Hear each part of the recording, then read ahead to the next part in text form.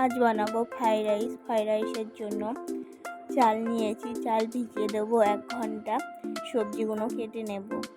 সবজি কাটা হয়ে গেলে জল বসিয়ে দেবো। জলে গোটা গরম মশলা, তেজপাতা দিয়ে লবণ দিয়ে ফুটিয়ে নেব।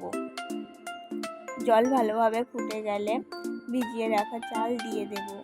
অন্যদিকে কড়াইতে তেল দিয়ে আর ঘি দিয়ে সবজিগুলো ভেজে নেব।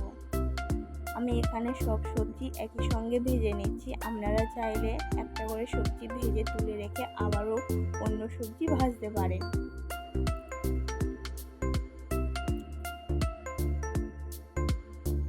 আমি এখানে সব সবজিগুলো ভেজে নিচ্ছি।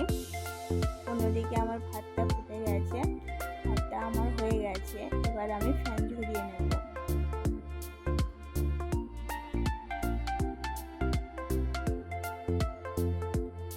সমস্ত সবজি দিয়ে পরিমাণ মতো লবণ দিয়ে ভালোভাবে ভেজে নেব।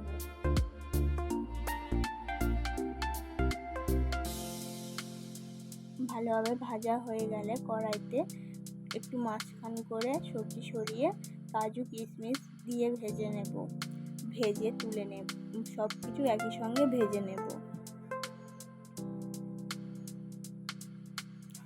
সব কিছু ভাজা হয়ে গেলে ফ্যান ঝরিয়ে রাখা ভাত দিয়ে দেব। চিনি গুঁড়ো করে নিয়েছিলাম, পরিমাণ মতো চিনি গুঁড়ো দিয়ে দেব।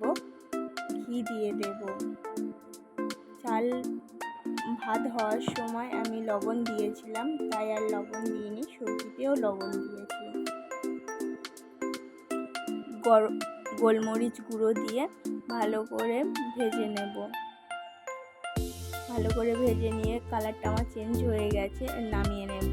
সম্পূর্ণ ভিডিওটি দেখার জন্য ধন্যবাদ।